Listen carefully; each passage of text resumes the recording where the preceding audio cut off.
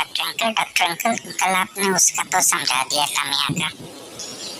अब हजरत आदम अलैहिस्सलाम के मुतालिक भी कुछ बताइए, बता सकते हैं? ठीक, बहुत अच्छा क्वेश्चन है। देखो, हम लोग आमतौर पे बात करते हैं ना, आपने भी सुना होगा कि जी पहले मुर्गी आई या पहले अंडा। सुना है? अल्लाह ताला ने हजरत आदम अलैहिस्सलाम के मुतालिक कुरान में बयान फरमा दिया है। और सिर्फ कुरान में ही नहीं, जितनी भी आसमानी किताबें हैं जो अभी मौजूद हैं, भले से हम कहते हैं कि वो तहरीर शुदा हैं, लेकिन हजरत आदम अलैहिस्सलाम का जिक्र सब में है। तो उसमें किसी भी मज़हब में इख्तलाफ नहीं है कि हजरत आदम अलैहिस्सलाम दुनिया के पहले इंसान हैं। और अल्लाह ताला ने कुरान में तफसील से फरमा भी दिया है कि जी हजरत आदम अलैहिस्सलाम को अल्लाह ने पानी और मट्टी से बनाया। लेकिन तमाम इंसानों, मुझे आपको नहीं, सिर्फ हजरत आदम अलैहिस्सलाम को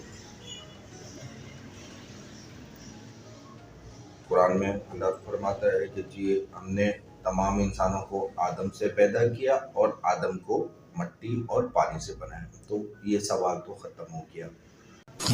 एक मिनट, इस बात का क्या सबूत है कि हजरत आदम अलैहिस्सलाम जो हैं उनको मट्टी और पानी से बनाया गया है, बता सकते हैं? ठीक है, अब इस बात का क्या सबूत कि जी हजरत आदम अलैहिस्सलाम को मट्टी और पानी से बनाया?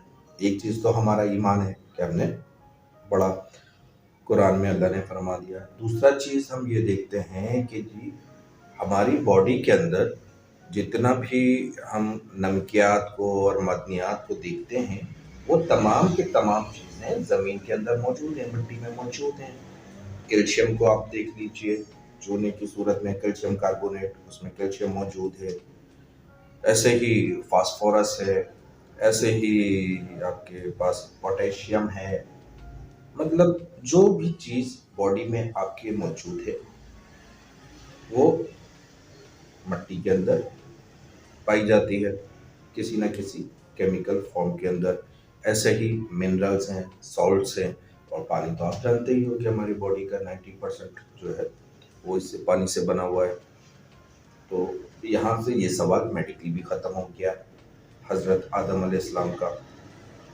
अच्छा, उसके बाद तो आप क्या पूछे? थैंक यू डॉक्टर अंकल, बहुत बहुत थैंक यू। हजरत आदम का किस्सा तो समझ गया, काबिल और हाबिल का क्या किस्सा था हजरत आदम के ज़माने में, बताएंगे?